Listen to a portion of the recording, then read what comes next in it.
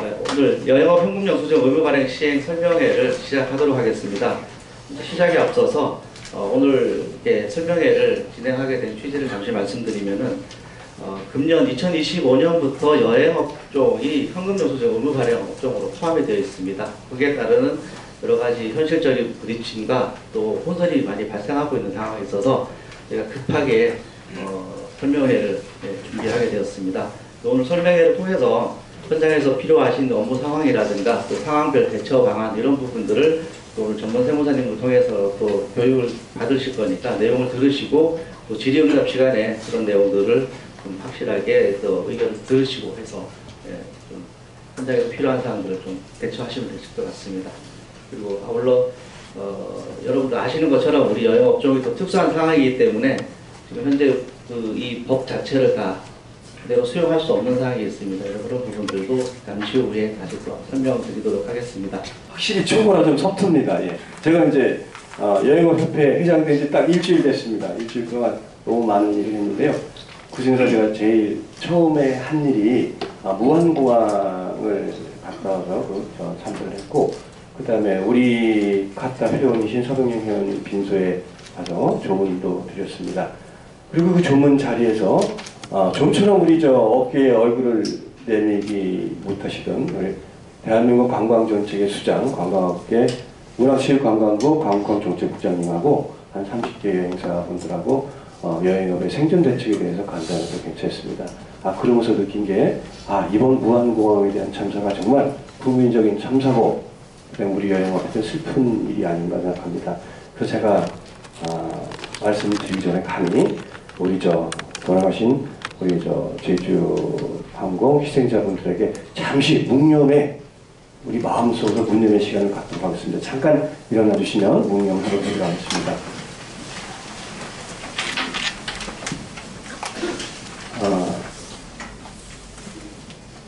무안공항 제주항공 참사로 인하여 돌아가신 우리 분들에게 다 같이 우리 애도의 마음을 전해서 잠시 묵념의 시간을 갖도록 하겠습니다. 다 같이 묵념.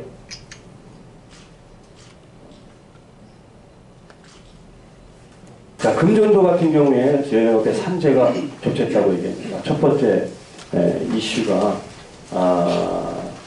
아시다시피 고환율로 인한 여행업의 생존 문제가 지금 코앞에 닥쳤습니다. 17년 만에 최고 환율이 지금 진행되고 있는데요. 여러 관광학자들이 조사한 바에 의하면 약 한 1,300원 US 달러 기준 1,300 정도가 심리적인 마지노선인데 2,300이 넘어가면 국민들의 여행에 대한 저항감이 있다라고 말씀하는 것 같은데 벌써 1,500 가까이 되는 것 같아서 우리 금년도 2025년 시작하면서 첫 번째 큰 난제가 있는 것 같습니다.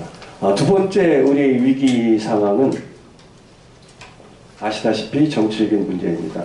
계엄 사태로 인해서 사회적인 많이 좀 불확실성 때문에 여행 가는 걸 주저주저하고 많은 혼란이 있는 것 같습니다. 세 번째 악재는 아시다시피 무안공항 참사입니다. 무안공항 참사로 인해서 많은 고객들이 지금 수천 건씩 여러분들이 회사에 취소를 하고 있는 걸로 알고 있습니다. 아마 이게 잠잠해질 때까지 한 몇 달 걸리는 것 같은데요. 이 3대 악재를 시작하는 2025년 정말 우리 여행업에는 우울한 시작입니다. 그러나 저는 우리 여행업을 믿고 우리 여러분들을 믿습니다. 그동안 우리 여행업은 단 한 번도 바람 잘 날이 없었던 것 같습니다. 제가 한 40년 했는데요. 40년 동안 여행업 좋았다는 소리를 한 번도 못 들은 것 같습니다.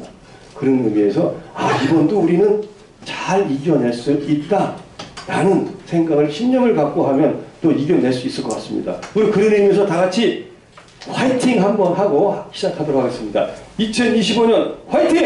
화이팅! 네, 여러분들이 하시는 여러 가지 재무 활동에 따라 대한민국 여행업이 그만큼 발전하는 게 아닌가 생각합니다. 먼저 현금 영수증에 관한 우리 카타 입장에 대해서 밝히기 전에 오늘 우리 설명해 주신 세무법인 후원 지하륜 세무사님한테도 먼저 감사 말씀을 드리도록 하겠습니다. 사실은 현금 영수증이라는 호랑이가 나타났다라고 많은 분들이 지금 여기저기서 설명을 하십니다. 호랑이가 나타났다. 우리 여행업 위험하다.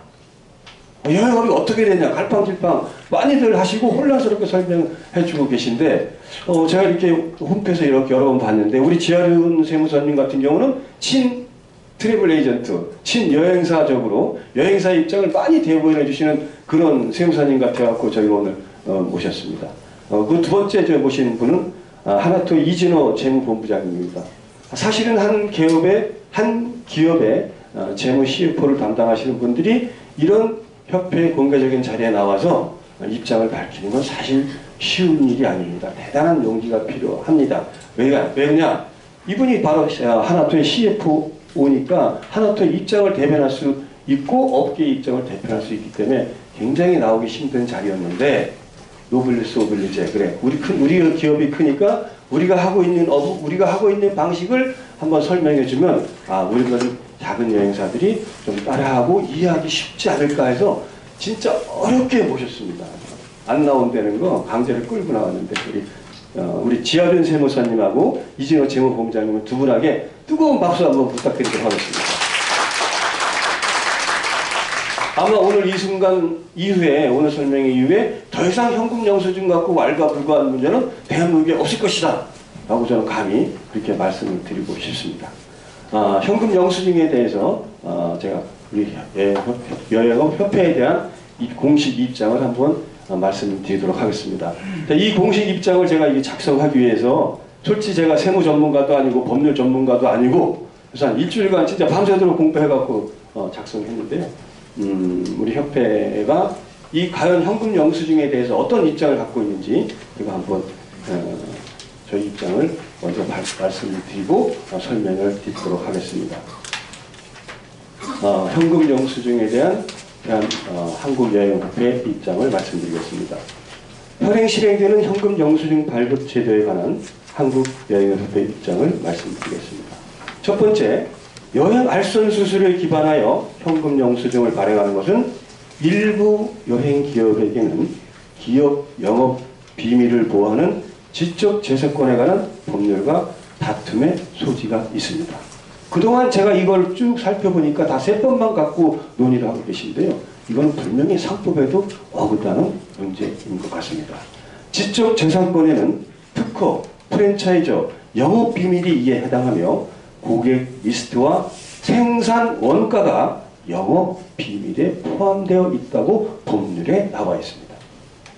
기업의 영업 비밀은 부당 경쟁 방지 및 영업 비밀 보호에 관한 법률 제 17529조에 의해 보호를 받고 있습니다.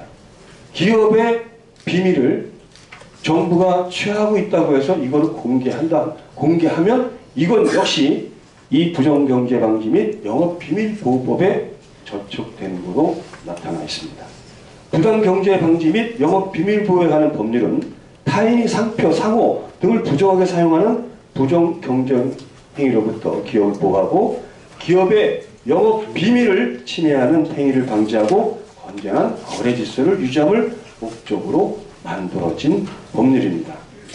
그런데 만약 순액주의에 기반하여 여행 알선 수수료에 대한 현금 영수증을 발행하라고 정부가 강제하는 것은 많은 여행 기업에게 여행 알선 수수료가 생산 원가가 직접 인과관계에 있는 영업 비밀을 공개하라는 것과 동일한 효력이 발생합니다.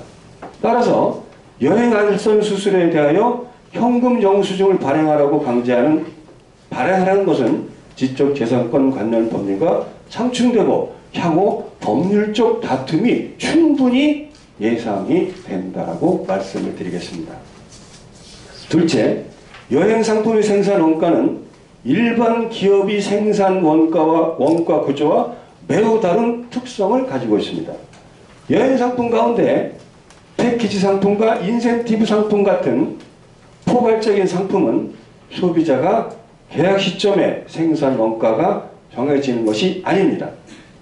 여행이 종료된 이후 여행 중 발생한 여러 가지 경비를 합산하고 랜드사에 지급하는 여행 대금 지급 시점에 따라 아시다시피 환율 변동, 여러 가지 변동 많습니다. 그에 따라 복잡한 과정이 이루어진 이후에 여행 알선 수수료가 결정됩니다. 결국 만약 알선 수수료에 따라 현금 영수증 교부하는 제도를 시행한다고 하면 여행사는 소비자 한 명에게 최소 2회에서 5회까지 반복해서 현금 영수증을 수정하여 현금 영수증을 발행하는 문제가 발생을 합니다. 실제로 발생을 합니다. 여행객비 납부 5일에 발행한다 그러면 아마 대여섯 번 발행하는 그런 결과가 나타나리라고 예상합니다. 이는 여행사에게 고용료를 더 많이 늘려야 하는 경제적 부담을 주게 됩니다. 여행사 직원이 여행 상담을 통해서 양질의 서비스를 고객에게 제공하는 게 본연의 업무임에도 불구하고 이 제도는 우리의 고용인원을, 우리 여행사 직원들을 현금 영수증을 발행하는 업무가 주가 되게 만들게 하는 업무가 주 업무가 되는 상황으로 우리 모든 여행인들은 내몰리게 된다고 저는 보고 있습니다. 첫째, 상품 원가를 공개해서 상품을 판매하는 상품은 백화점, 온라인, 유통마켓, 재래시장 그 어디에도 없습니다. 여행사에게만 상품 원가에 해당하는 알선 수수료에 기반하여 현금 영수증을 발행하려고 하는 것은 상품 원가를 공개하고 상품을 판매하려고 하는 것과 동일한 효력이 발생하므로 이것은 매우 불합리하고 우리 여행업은 수용이 불가능한 사항입니다. 예를 들어 한번 제가 설명을 해드리겠습니다. 하나투어의 동남아 담당, 태국 담당 직원이 모두투어, 롯데관광, 노랑풍선 여기에 동일한 상품의 여행 상품을 지인을 통해 신청을 했습니다.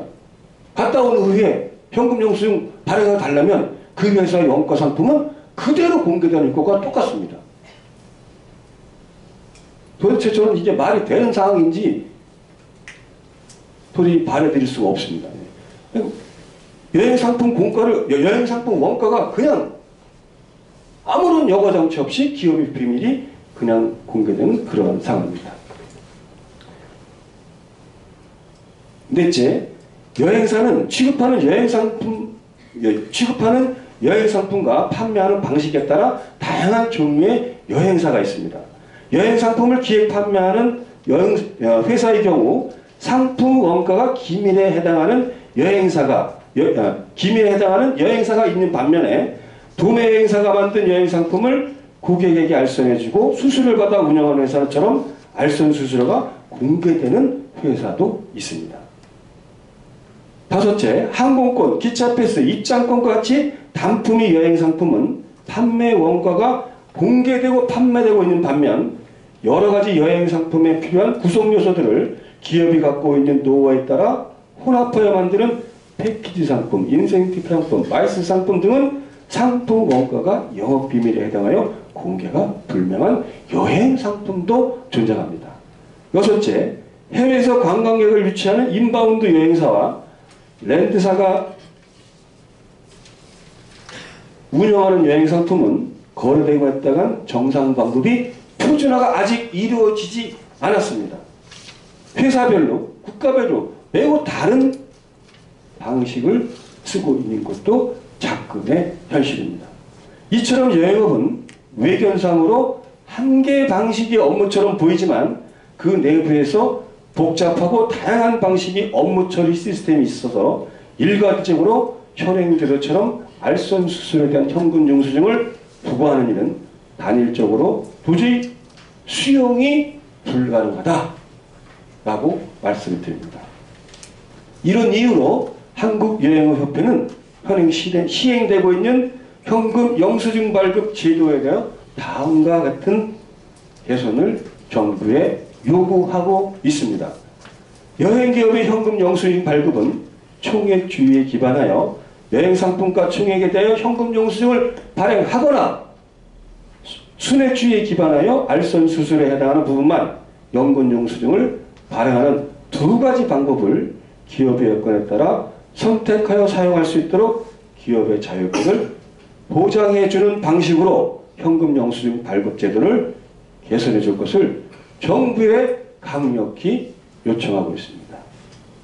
이게 협회의 공식 입장입니다. 여러분들 솔직히 저는 개인적으로 이렇게 생각합니다. 이게 이 제도를 시행한 지 벌써 1년 반 정도 됐는데 우리가 아무런 여러 가지 힘을 합하지 못해서 이 순간까지 와서 이 추운 날 다 같이 교육을 받고 있습니다. 저희 협회에서 반드시 이 제도 개선하도록 하겠습니다. 왜 우리에게 이렇게 힘든 일을 자꾸 강요하는지 저는 잘 모르겠습니다. 저는 만약 우리 여행사들이 힘을 합쳐서 똘똘 뭉쳐서 한 목소리를 낸다면 이 제도 일사분기 안에 개선될 수 있다고 생각을 합니다. 일사분기 안에 이 제도 개선되면 우리가 이 추운 날씨에 이렇게 와서 고생한 그 노력의 보상을 받을 수 있을 것입니다. 많은 회계사님들이 지금 다니면서 호랑이가 나타났다, 우리 무섭다, 자꾸 이렇게만 말씀하시는데 두려워하지 마시고 우리 여행협회를 믿고 힘을 합해서 쭉 같이 나가면 이 제도 분명히 개선시킬 수 있다라고 감히 말씀을 드리겠습니다. 여러분들이 힘을 합해주시면 일사분기 안에 이 문제 꼭 해결하겠습니다. 이 문제에 대해서 사실 한국의 대형 큰 여행사들이 이미 큰 여행사들과 협회가 수개월 전부터 촘촘히 준비하고 있다. 촘촘하게 대응하고 있다. 여기까지는 감히 말씀을 드리겠습니다. 결과는 아직 나오지 않았지만 우리가 목소리만 합해 주신다면, 힘을 합해 주신다면 아마 우리가 원하는 방향대로 이 제도가 개선되리라고 보고 있습니다. 다만 악법도 법입니다. 악법도 법입니다. 법이 정해졌으면 법을 시행하는 동안은 따라야 되는 게 법입니다. 그래서 우리가 더 잘 무장하려면 지금 시행하고 있는 제도도 잘 배워서 우리가 극복해 나갈 수 있어야 된다고 생각합니다. 그래서 저희가 오늘 이 현금 영수증 발급 제도에 대한 교육을 실시합니다. 물론 이 제도가 바뀔 수도 있으나 우리가 혹시 언제 바뀔지 모르니까 이 제도에 대해서 공부를 촘촘히 해서 대응하자. 그리고 지금 제일 큰 하나토는 어떻게 대응하고 있는지도 배워서 우리도 거기에 대해서 잘 적응해보자. 내가 힘이 약할 때는 잘하는 사람 보고 따라하면 됩니다. 솔직히 저는 그렇게 생각합니다. 예. 여러분도 오늘 힘을 모아주시면 협회가 반드시 이 문제 곧 해결하겠습니다. 감사합니다. 박효빈 후원 대표 세무사이시고요. 현재 여행업과 관련된 세무 업무를 전문적으로 맡고 계십니다.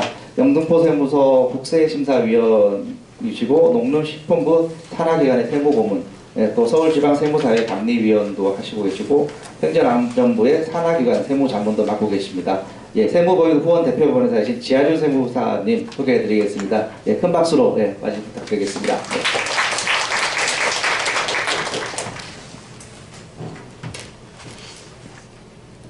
안녕하세요. 지하준 세무사입니다. 여행업 대표님들과 상담을 하다 보면은 가장 먼저 나오는 이야기가 이제 여행업이 현금 영수증과 관련된 내용입니다. 그래서 이번 주에도 제가 미팅이 굉장히 많았는데 대표님들께서 오늘 교육에 참석을 신청을 하셨다가 대기번호로 밀려가지고 신청을 못했다라고 하신 분들이 대다수일 정도로 신청을 하신 분들이 많은 걸로 알고 있는데 여기 계신 분들은 굉장히 좀 발빠르게 대처하셔가지고 이 자리에 있는 걸로 생각되는 것만큼 앞으로도 잘 헤쳐나가실 수 있을 거라고 생각이 듭니다. 아까 이진석 협회장님께서 여행사 친화적인 세무사다라고 이제 말씀을 해주셨는데요. 정말 감사한 말씀이시고 제 양력은 건너뛰고 제가 2013년도에 이제 개업을 해서 지금 11년 차 세무사입니다. 개업 초창기 때부터 이제 세무사 업무를 하고 있어서 여행업과 관련된 전반적인 내용, 그 다음에 어려움들 함께 했고, 특히나 코로나 이전에 전염병인 메르스 사태부터 시작해서 반일 감정, 혐한, 그 다음에 정치적인 목적 때문에 이제 중국 여행객이 들어오지 않는 각각의 이제 그 어려움을 같이 함께 하면서 그 이슈를 좀 많이 같이 타개했었고, 이제 다들 아시다시피 코로나 때문에 전반적으로 여행 업계가 완전히 인바운드, 아웃바운드 할 거 없이 다 같이 어려운 시기를 겪은 또 내용도 잘 알고 계실 겁니다. 그래서 저희 같은 경우에는 뭐 이렇게 여행사가 어렵다 보니까 저도 여행사를 많이 하니까 여행사가 어려울 때마다 저희 사무실도 그 동고동락을 정말 같이 했죠. 특히나 21년도 코로나 시기에는 너무 대표님들이 폐업도 많이 하시고 또 어려워하셔서 저희가 드릴 수 있는 도움이 뭐가 있을까 해서 뭐 다 아시겠지만 3월이랑 5월달 법인세랑 종합소득세 신고수수료 내시잖아요. 저희 같은 경우에는 그래서 매출이 조금 없으신 분들은 아예 저희가 돈을 받지 않겠다라고 먼저 공지를 해드렸고, 어느 정도 매출이 있으신 경우에도 절반만 청구하고 이렇게 좀 동고동락을 해왔다라는 그 아까 현 회장님께서 이제 말씀을 해주실 때 이제 여행사 친화적인 세무사다라고 말씀을 해주셔서 또 지난 날이 또 떠올라서 이렇게 좀 이야기를 해봤습니다. 이제 본격적으로 이제 좀 내용에 대해서 말씀을 드릴 텐데요. 죄송합니다. 제가 간혹 이제 상담 때문에 지금 목 상태가 안 좋아서 목이 조금 잠길 수가 있는데 좀 양해 말씀드립니다. 현금 영수증 의무 발행 업종이 뭔지에 대해서 내용 먼저 말씀드리고요. 어떤 기준으로 발행을 해야 되냐, 그 다음에 여행업의 특수성이 있는데 이 특수성을 어떻게 현금 영수증 발행에 녹여낼 것인가, 그 다음에 실전 사례에 대해서 말씀드리고요. 자주 하는 Q&A에서는 대표님들이랑 상담을 하시다 보면은 굉장히 궁금하신 내용들이 많으실 텐데 그 내용 중에서 가장 좀 많이 물어보시는 내용 위주로 제가 질문들을 미리 뽑아왔어요.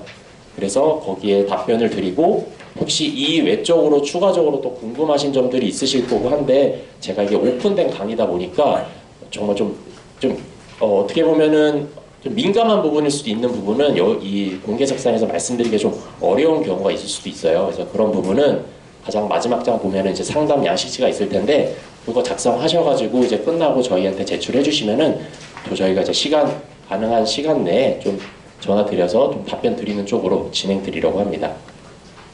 첫 번째, 현금 영수증 의무 발행 업종 개요에 대해서 먼저 말씀드리도록 하겠습니다.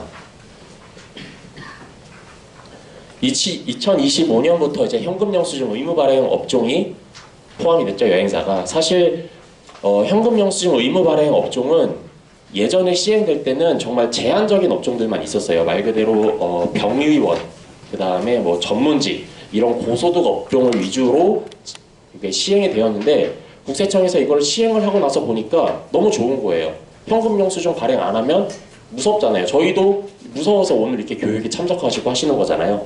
현금 영수증 의무 발행 업종이 됐는데 현금 영수증 발행 안 하면 이렇게 된다. 으름장을 놨더니 생각보다 매출 신고도 잘하고 잘 되네라고 하니까 점차 업종을 늘려나갔어요. 그래서 올해도 13개 업종이 이렇게 포함이 됐지만 과거 것까지 포함해서 보면 지금은 사실 현금 영수증 의무 발행 업종이 아닌 업종을 찾아보기 힘들 정도로 거의 대부분의 업종이 현금 영수증 의무 발행 업종이 됐다라고 이해하시면 될 것 같습니다. 현금 영수증과 관련돼서는 소비 상대 업종과 의무 발행 업종 두 가지로 보시면 되는데요. 먼저 소비자 상대 업종은 사업과 관련돼서 서비스를 제공하고 상대방이 현금을 지급을 하면은 현금 영수증을 요청한 경우에만 발행을 하는 게 이제 소비자 상대 업종이라고 말씀드릴 수 있을 것 같고요. 지금까지 여행사가 이렇게 됐었죠. 그래서 자진 발급도 가능은 했어요. 만약에 고객이 원하지 않았을 경우에 그래도 우리가 010-000-1234 국세청 번호로 발급은 가능은 했는데 말 그대로 가능했다, 의무는 아니다 였던 내용이고요. 이제 현금 영수증 의무 발행 업종이죠. 현금 영수증 의무 발행 업종은 내용은 다 똑같은데 결국 사업자가 소비자에게 10만 원 이상인 서비스를 제공을 하고 현금으로 지급받았다라고 하면 소비자가 요청하지 않더라도 현금 영수증을 발급해야 한다. 이제 의무 사항으로 이제 바뀌게 되는 거죠. 그래서 밑에 보시면 만약에 원하지 않았을 경우에도 5일 이내에 자진 발급해야 함, 이렇게 함으로 끝나기 때문에 꼭 발행을 하셔야 된다라는 내용으로 이해하시면 될 것 같습니다.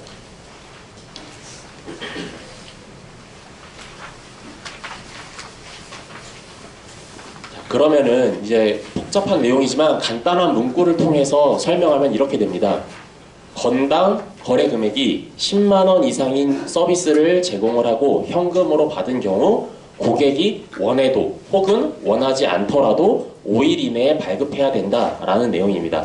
그럼 이제 키포인트를 살펴보면 네 가지 요건을 좀 잘 보시면 되는데요. 첫 번째, 건당. 이 건당이라는 거는 어떤 거를 의미하느냐에 대해서 먼저 살펴보도록 하겠습니다. 한 건에 대한 정의인데요. 소득세법 혹은 법인세법에서 현금 영수증 발행 대상이 누구냐라고 봤을 때 소비자 혹은 거래 상대방이라고 지칭을 하고 있습니다. 그렇기 때문에 이거는 사람을 나타내기 때문에 만약에 우리가 한 행사를 진행을 했을 때 보통 단체 행사도 많이 하시잖아요. 단체 행사가 10명으로 구성되어 있다 하더라도 10건에 10만 원을 따지는 게 아니라 소비자 1명에 해당되는 여행객 1인을 의미하는 거다라고 이해하시면 될 것 같습니다. 그래서 건당이라고 해당되는 거는 단체 투어 한 건에 대한 내용이 아니라 그거를 개별적으로 나눠봤을 때 인당 수수료를 기준으로 확인을 한다라고 이해하시면 될 것 같고요. 다음 10만 원. 이 내용도 이제 조금 이제 화두죠. 결국 10만 원이 고객한테 받은 관광수탁금 전액을 기준으로 비교를 하는 건지 알선 수수료만을 가지고 비교를 하는 건지에 따라 다른데요. 이제 만약 제가 뒤에서 후술하겠지만 순행 매출일 경우에 여행사가 발행하여야 하는 현금 영수증은 알선 수수료라고 이미 뭐 예규나 판례가 많이 나와 있어요. 그렇기 때문에 순행 매출 요건을 갖췄다라고 하면은 여행사는 알선 수수료 부분에 대해서만 발행을 하도록 되어 있기 때문에 마찬가지로 10만 원과 비교를 하는 금액은 수탁금에서 여행객이 부담하는 랜드 비용을 차감한 10만 원과 그 10만 원을 비교해야 된다라고 이해하시면 될 것 같습니다. 그래서 아까 건당과 10만 원을 합해서 고려를 해보면 우리가 단체 투어에서 마진이 남았을 때 그 마진을 n분의 1로 나눴을 때 그 금액이 10만 원 이상이다. 그러면은 발행을 해야 된다라고 이해하시면 될 것 같고요. 저희가 뭐 일반적으로 마진을 정말 적게 보는 뭐 입장권이라든지 유로 패스라든지 이런 건들을 제외하고는 보통 10만 원이 넘기 때문에 결국 거의 대부분이 현금 영수증 의무 발행 대상이다라고 이해하시면 될 것 같습니다.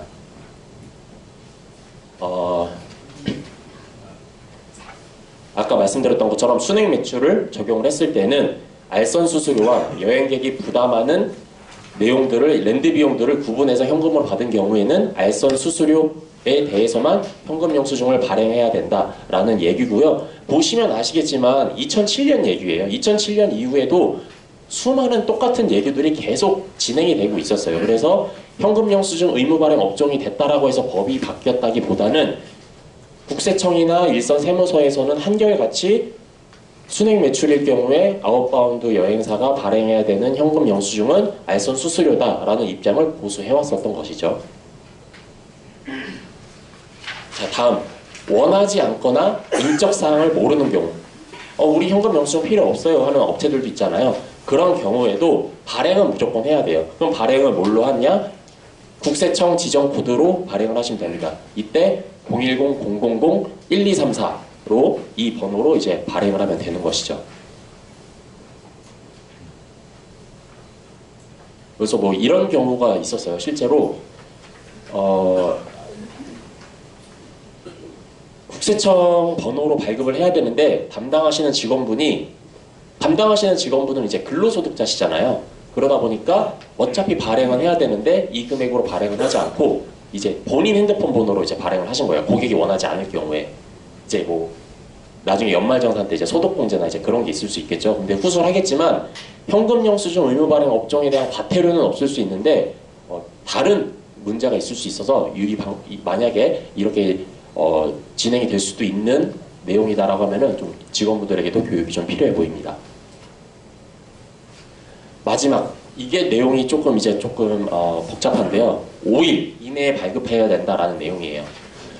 5일 이내에 발급한다는 내용이 사실 다른 업종이면은 전혀 어려운 내용이 아니죠. 예를 들어서 고객한테 커피를 판매하는 커피 전문점이다 라고 하면은 커피를 판매하고 현금을 받으면 그로부터 5일 이내에 발행을 하면 되는 거예요. 전혀 복잡할 게 없어요. 하지만 여행업의 경우에는 돈을 언제 받는지가 다 다르죠. 정말 뭐 사후에 정산받는 데도 있고 행사 전에 100% 다 받는 데도 있고 이게 돈을 언제 받는지에 따라 다르게 되고 특히나 저희가 돈을 받는 시점과 서비스를 제공하는 여행 행사가 종료되는 시점이 또 다르다 보니까 이 규정에 있어서 조금 애매한 사항들이 있는 것 같습니다. 그래서 이 부분은 사실 법 조문의 단어 하나, 문구 하나로 내용이 달라질 수 있기 때문에 어쩔 수 없이 그 조금 딱딱한 세법 용어를 좀 말씀드리면서 설명을 해드려야 될 것 같은데 최대한 조금 쉽게 말씀을 드리도록 해보겠습니다. 첫 번째, 소득세 법인세법상 현금영수증 발행 시기. 두 번째, 부가가치세법상 특례. 세 번째, 특례를 적용받지 않았을 경우에 대해서 각각 나눠서 살펴보도록 하겠습니다.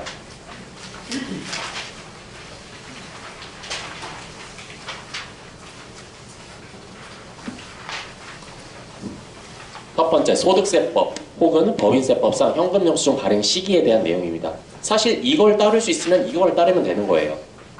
보시면 뭐 내용이 많은데 결국 사업자가 건당 거래금액 10만 원 이상인 용역을 제공을 하고 현금을 받은 경우에는 현금영수증을 요청하지 않더라도 현금영수증을 발급해야 된다라는 내용인데요. 가장 중요한 게 용역을 공급하고의 마지막 끝 단어 고예요. 고. 엔드죠. 그러니까 용역 서비스도 공급하고 현금으로도 받았을 때 현금영수증을 발행을 한다라는 내용인 거예요. 그래서 이 내용으로 따지면 용역을 공급하는 시기는 우리 여행 행사가 종료된 시점이에요. 그렇기 때문에 행사가 종료되고 현금으로 입금받았으면 그때를 기준으로 현금영수증을 발급한다라고 이해하시면 될 것 같습니다. 근데 이제 문제는 먼저 이 부분도 말씀드릴게요. 행사가 종료됐고 행사가 종료된 이후에 우리가 결제를 받았다. 그러면 그 시점을 기준으로 5일 이내에 발급을 하시면 되는 거죠. 근데 문제가 있죠. 이러면은 이런 구조만 여행사에 있다라고 하면은 여행사는 악성 미수에 시달리겠죠. 행사 끝나고 나서 돈을 받는데 그럴 경우에는 사실 미수에 대한 문제가 굉장히 많기 때문에 행사가 종료되기 이전에 보통 계약금, 중도금 같은 것들을 받잖아요. 이제 그럴 때 아까 말씀드렸던 이 고를 충족하지 못하기 때문에 그럴 땐 현금영수증을 어떻게 발행해야 되냐, 이 부분 때문에 이제 좀 복잡하다고 이해하시면 될 것 같습니다. 그러면 두 번째, 부가가치세법상 특례 내용에 대해서 좀 살펴보도록 하겠습니다. 부가가치세법상 17조를 보면은 용역의 공급 시기가 되기 전에 현금을 전부 또는 일부를 받고 세금계산서나 현금영수증을 미리 발행을 했다면 그 시기를 공급 시기로 본다라는 내용이에요. 복잡한데요. 어려울 거 없어요. 여행 행사가 끝나기 전에 우리가 돈을 받잖아요. 그럼 그 돈을 받은 시점에 현금영수증도 발행을 했어요. 그러면은 그때 공급 시기에 올바른 현금영수증을 발행한 걸로 봐서 문제를 삼지 않겠다는 거예요. 적법하게 발행했다라는 거예요. 그래서 내용을 보면 행사 종료가 되기 전에 고객한테 돈을 다 받고 우리가 현금영수증까지 발행을 했어요. 그러면 그때 적법한 현금영수증이라고 봐서 문제를 삼지 않겠다라는 거예요. 공문을 보시면 그래서 이런 내용들이 있으셨을 거예요. 행사가 종료되기 이전에 현금영수증을 발행을 할 때 대략적인 마진인 7%를 먼저 발행을 하고 나중에 사후 정산이 됐을 때 그 부분을 추가로 발행한다라는 내용을 읽어보셨을 텐데요. 그게 어떻게 보면은 FM이라는 거죠. FM이라기보다는 올바른 현금영수증 발행이기도 하고 다툼의 여지가 없는 거예요. 다툼의 여지가 없는 게 큰 거예요. 고객도 그거에 대해서 문제를 삼지 않을 거고 적법한 시간, 돈을 내는 순간 발행을 받았으니까 다툼의 여지가 없기 때문에 그게 어떻게 보면은 지금으로서는 가장 좋은 현금영수증 발행이 될 수도 있다라는 내용이긴 하지만 어렵죠. 이게 이렇게 발행하기가 정말 쉽지 않을 거예요. 행사가 끝나기 전에 우리 마진이 7%를 발행을 먼저 하고 나중에 또 사후정산하면서 한 번 더 발행하고 아까 저희 협회장님께서 말씀하셨던 것처럼 4번, 5번 이렇게 발행할 수 있는 경우도 생길 수 있다는 거예요. 마지막, 부가가치세법상 용역의 공급시기 특례를 적용받지 않았을 경우에는 그럼 어떡하냐? 그럼 이거예요. 보시면 현금영수증 의무 발행 업종이 서비스가 끝나기 전에 현금을 받았고 현금으로 받은 때에 현금영수증을 발행을 안 했어요. 아까는 발행한 경우지만 발행을 안 한 경우에는 어떻게 되냐라고 보면 이거는 뭐 법이 아니라 그냥 그 예규에 대한 내용인데요. 용역의 공급 대가가 전환되는 때, 그러니까 그냥 서비스 여행이 종료된 때 현금영수증을 발행을 해도 괜찮다라는 내용인 거죠. 하지만 후수라는 거 보이죠? 신청인이 제시한 사실관계와 실제 사실관계가 다른 경우에는 다른 과세관계가 발생할 수 있습니다. 이게 뭐냐면 결국 아까 말씀드렸던 다툼의 여지가 있다는 거예요. 그렇기 때문에 이렇게 발행을 했을 땐 편하지만 다툼의 여지가 있다. 이렇게 내용을 좀 이해하시면 될 것 같습니다. 결국 이거죠. 돈을 먼저 받았어요. 현금 영수증을 근데 그때 발행을 안 했어요.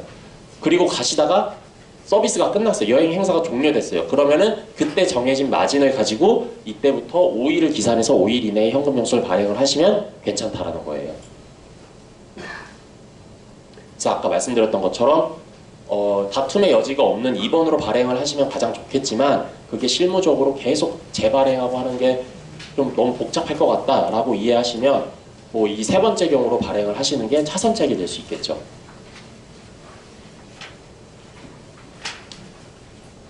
그럼 이제 또 한 걸음 또 다 나아가서 여행업이 또 이런 경우만 있는 건 아니잖아요. 그 행사가 끝나기 전에 현금 입금을 다 받으면 또 이런데 또 그렇지도 않죠. 예를 들어서 절반은 미리 받고 절반은 나중에 받고 이런 경우가 또 있을 수 있어요. 그럼 절반을 미리 받았을 때 아까 세 번째 요건처럼 현금 영수증도 발행하지 않았다라고 가정을 해볼게요. 그러면은 아까 그 세 번째에서 말씀드린 내용이 현금을 먼저 받았지만 현금 영수증을 미발행했을 때 행사가 종료되는 시점에 발행을 하면 된다라고 이제 말씀드렸잖아요. 근데 여기서 또 발생되는 문제가 뭐냐면 그럼 50%만 받았을 때 그게 랜드 비용보다 당연히 적을 거 아니에요. 그러면은 애매한 거예요. 여기까지만 봤을 땐 우리는 마이너스잖아요. 근데 또 한편으로는 이렇게 볼 수도 있어요. 우리가 돈을 받은 이 50%에서 어떤 돈을 먼저 받았느냐를 또 고민해 볼 수 있는 거예요. 예를 들어서 우리가 먼저 받은 거는 랜드 비용이야. 그렇기 때문에 마이너스야. 라고도 볼 수 있지만 우리가 먼저 받은 50%는 그거 우리 알선 수수료 먼저 받고 나머지 부분도 받은 거야 라고 하면은 행사 종료되는 시점에 이미 알선 수수료 부분만큼은 다 받게 된 거잖아요. 그러면 사실 현금 영수증 발행할 수도 있는 거죠. 그러니까 어떤 돈을 먼저 받았느냐에 따라서 이 금액이 플러스도 될 수 있고 마이너스도 될 수 있지만 제가 봤을 때 실무적으로는 그거는 뭐 이렇게 다툼의 여지가 있기 때문에 과세관청에서 그것까지 막 그렇게 물고 늘어지면서 문제를 삼을 수는 없을 것 같고 이 경우에도 행사가 종료된 시점까지는 어쨌든 마이너스니까 발생된 알선 수수료는 없고 그 뒤에 현금이 50% 입금되면 그때 최종적인 그 알선 수수료를 매겨서 그때부터 5일 이내에 현금 영수증을 발행하면 되지 않을까라는 게 이제 저의 의견인 거죠. 아까 말씀드렸지만 지금 현금 영수증과 관련돼서 정말 여러 전문가들 저희가 이거 여기에는 포함시켜 놓지 않았는데 126번 혹은 국세청에 똑같은 질의를 5번, 6번 넣었어요. 근데 그때마다 답변이 다 달라요. 그렇기 때문에 이 지금 현재 정답은 사실 없어요. 정답은 언제 나오냐? 이게 꼬투리 잡혀서 문제가 돼서 세금이 부과되고 이거에 대해서 우리가 조세불복을 해서 과세관청 가고 소송까지 가서 판결까지 나오면 그때 정답이 나오는 거예요. 이게 올바랐구나. 이게 달랐구나. 근데 이건 너무 먼 미래의 일이잖아요. 그래서 지금 기준에 맞춰서 최선의 방법대로 이제 진행을 하면 되는 거고 제가 생각했을 때도 앞으로 말씀드린 내용도 그렇지만 다른 내용을 가지신 전문가들도 많을 건데 어쨌든 저희는 좀 올해부터 여행업을 해왔고 여행업 관련돼서 정말 수도 없이 국세청이랑 과세관청 세무서와 소명 작업들을 해왔기 때문에 이렇게 됐을 때 요거까지는 건들지 않더라라는 그런 내용이 있기 때문에 이렇게 하시면 되지 않을까라는 내용이라고 이해하면 될 것 같습니다. 아까 말씀드렸다시피 그 협회장님께서도 악법도 법이다라는 말씀 해주셨잖아요. 그 정답을 기다리기까지는 우리가 그 50% 그 20% 과태료를 그 수업료로 내면서 굳이 그렇게 할 필요 없잖아요. 그래서 최대한 안전한 정도의 세무 처리를 생각하시면서 진행을 하시면 될 것 같습니다.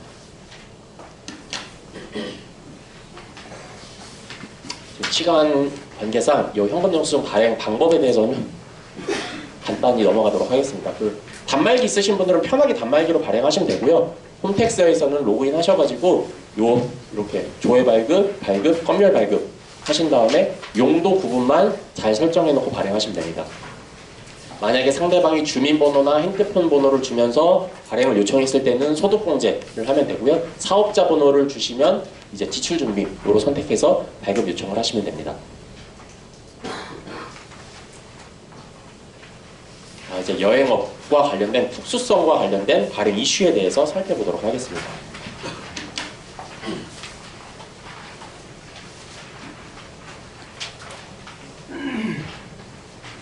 저희 아웃바운드 여행사는 99%가 순행 매출 적용을 하죠. 근데 우리가 아웃바운드 여행사는 대부분 순행 매출을 신고를 한다라고 해서 이게 사실은 원칙 같지만 사실 세법을 뜯어놓고 보면은 총액 매출이 원칙이에요. 우리가 서비스를 이용받을 때 예를 들어서 피부과 가서 저희가 피부과 시술을 받는다고 가정할 때 어쨌든 똑같은 서비스를 제공받잖아요. 근데 거기서 피부과에서 현금 영수증 발행을 하거나 매출 신고를 할 때 우리가 고객한테 받는 금액이 100만 원이니까 여기서 앰플 비용 뭐 20만 원, 30만 원 빼고 70만 원만 매출 신고한다. 그런 내용이 아예 없어요. 똑같다고 생각하시면 돼요. 하지만 여기 보시는 것처럼 일단 원칙은 그렇기 때문에 고객으로부터 받은 관광수탁금 전액이 매출인 거고 랜드 비용은 별도로 비용 처리하는 대상이다. 순행 매출이 특례이다. 관광수탁금에서 랜드 비용을 차감한 알선 수수료 매출만 잡는 것이 오히려 특례다라는 내용이고요. 관련돼서 똑같은 얘기인 거죠. 뭐 쭉 읽어보시면 되겠지만 어쨌든 사업자가 여행객에게 서비스를 제공하고 돈을 받을 때 대가 관계가 있는 모든 금전적 가치를 포함한다. 결국 받은 돈 전부를 매출을 잡는 것이 원칙이나 알선 수수료와 여행객이 부담해야 되는 랜드 비용을 구분 계약하고 대가를 받았을 때는 부가가치세 과표에 포함되지 않는 것입니다. 이게 특례인 거예요. 가장 중요한 게 구분 계약이라는 거죠. 그러니까 국세청과 세무서에서 하는 이야기는 이건 거예요. 고객이랑 여행 계약서를 작성을 할 때 우리의 알선 수수료는 얼마고 랜드 비용은 얼마고 이걸 구분 계약을 했냐라는 걸 따지라는 거예요. 근데 사실 실무에서는 이걸 지킬 수가 없죠. 계약할 때 저희의 수수료는 마진을 그냥 오픈을 시켜버리는 거니까요. 할 수가 없죠. 어쨌든 간에 법은 이렇다는 거예요. 저희 사무실에 이제 기장 업무를 할 때 여행업과 관련된 세무대리를 굉장히 많이 하고 있는데 저희도 그럼 마찬가지로 그럼 너희는 청액 매출과 관련돼서 매출 신고를 하냐 원칙대로 그렇지 않죠. 저 여행사 친화적인 세무사라고 했잖아요. 다 순행 매출로 신고를 해요. 다 안내를 그렇게 하고 순행 매출로 신고를 하고 소명 요구가 오면 세무서에 소명 요구까지 해요. 근데 어쨌든 간에 법상은 이렇게 돼 있기 때문에 대표님들한테는 잠재적인 리스크가 있다라고 말씀을 드리고 사실 소명이 안 된 경우는 없어요. 왜 너희는 구분 계약하지 않았는데 전체를 매출로 안 잡고 10만 매출을 잡았어 라고 할 때 일선 세무서에서 그 행사와 관련된 수탁금, 랜드 비용, 통장 입출금 거래 내역을 통해서 소명을 하면은 그게 뭐 문제된 적은 없었어요. 근데 어쨌든 법은 이렇다. 우리는 특례를 적용받는 거다. 라는 내용을 이해하시면 좋을 것 같습니다. 그럼 알선 수수료는 뭐냐? 우리 현금 영수증을 발행할 때 그럼 이제 알선 수수료에 대해서만 발행을 해야 되는 건 알았어요. 알선 수수료는 어떻게 계산을 하는지에 대한 내용입니다.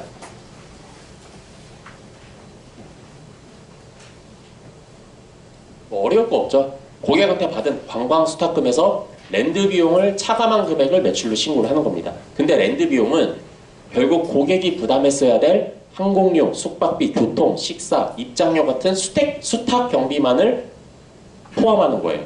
그래서 가끔 다른 곳에서 하시다가 저희 쪽에 오시는 대표님들한테 정산서를 받아보면 막 여기에 신용카드 단말기 수수료 2%에서 3% 되는 수수료 혹은 가이드 비용까지 포함해서 알선 수수료를 구분하시는 분들이 있어요. 그거는 옳지 않고요.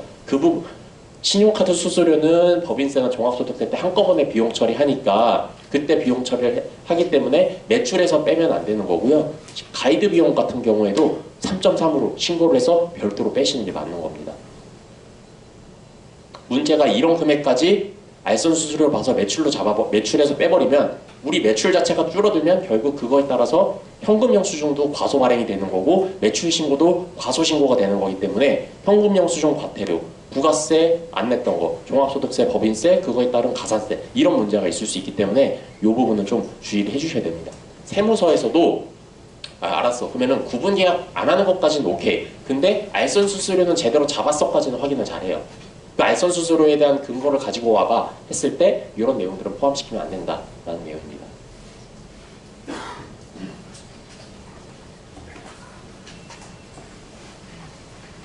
자, 그러면은 현금 영수증 발행을 얼마를 해야 되냐에 대한 내용을 살펴보도록 하겠습니다. 첫 번째, 총액 매출은 당연히 매출을 다 신고하는 거니까 관광수탁금 전액에 대해서 현금 영수증을 발행하시면 됩니다. 그럼 이렇게 됐을 때 결국 전체를 매출로 잡으면 부가세가 수탁금에 대해서 나오기 때문에 큰 금액이 나오죠. 그렇기 때문에 고객한테 부가가치세는 당연히 별도로 수취하셔야 되고요. 만약에 순액 매출이다 라고 했을 때는 알선 수수료 부분에 대해서만 현금 영수증을 발행하시면 됩니다. 그래서 만약 그 부가가치세에 대해서는 고객한테 전가를 하지 않는다. 예를 들어서 100을 받았는데 90의 랜드 비용이 나와서 알선 수수료가 10만 원이다 라고 했을 때 발행해야 되는 금액을 10만 원을 이제 1.1로 나눈 금액을 공급가액으로 신고를 하시면 딱 이 합계 금액이 나옵니다. 자, 그러면 이제 현금 영수증을 실제로 어떻게 발행해야 되는지에 대해서 말씀드리도록 하겠습니다.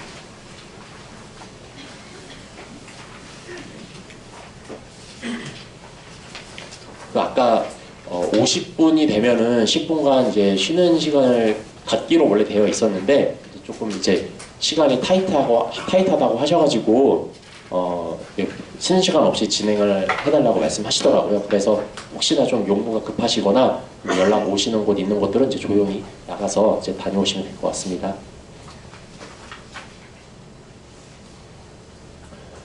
자, 예를 들어 보겠습니다. 관광 수탁금 1,000만 원, 랜드 비용 900만 원 해서 알선 수수료가 10%인 100만 원 남았다고 가정을 해보겠습니다.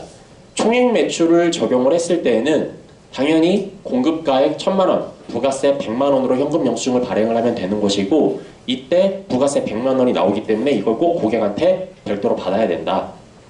그렇지 않으면 우리 마진에 대한 부가세가 나오는 거잖아요. 그 다음에 이제 랜드 비용 900만 원에 대해서는 인보이스나 이체 내역 이런 거를 토대로 소득세나 법인세 신고 시 이제 비용 처리를 하는 거고요. 이때 만약에 총액 매출로 신고를 했을 때 인보이스니까 당연히 뭐 부가세 여부가 이제 뭐 잡힐 건 없겠죠. 그다음에 만약에 그러면 순액 매출에 있을 때는 알선 수수료 100만 원에 대해서만 매출 신고를 하는 거기 때문에 이 100만 원을 1.1로 나눈 금액에 대해서 현금 영수증을 발행하면 되는데요. 이때 이제 또 두 번째 우리가 가장 궁금한 이슈들이 나오죠. 그러면 100만 원인데 우리 알선 수수료는 100만 원인데 발행을 안 했을 때, 적게 발행했을 때, 아니면은 더 많은 금액을 발행했을 때 각각 어떤 리스크들이 있는지에 대해서 살펴보도록 하겠습니다.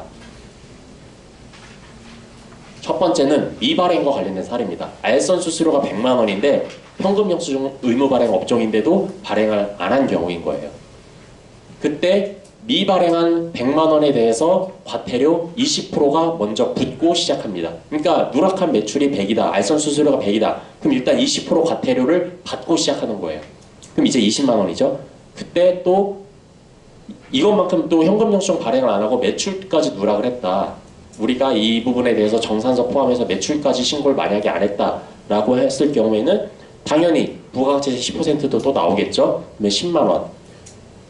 또 이 매출이 늘어나는 것만큼 종합소득세나 법인세를 추가적으로 신고를 안 했었기 때문에 그거에 대한 종합소득세 혹은 법인세, 그리고 과소신고한 부가세, 소득세, 법인세에 대한 뭐 과소신고 가산세, 납부 불성실 가산세, 이런 가산세까지 문제가 되는 거예요. 그럼 더 해볼까요? 20%, 10% 이것만 해도 30%인데 뭐 법인세법, 소득세법 뭐 몇 퍼센트 내가 세율 적용 받는지는 뭐 각자 소득에 따라 달라지지만 뭐 보통 20%라고 가정을 해보면 20%, 10%, 20% 이 금액만 하더라도 50%인 거예요.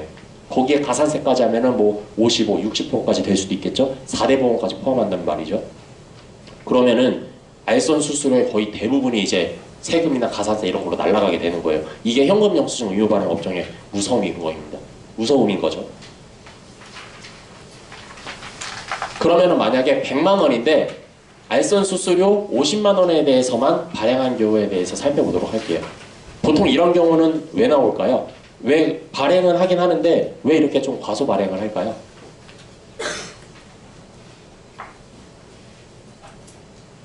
왜 적게 발행할 것 같으세요?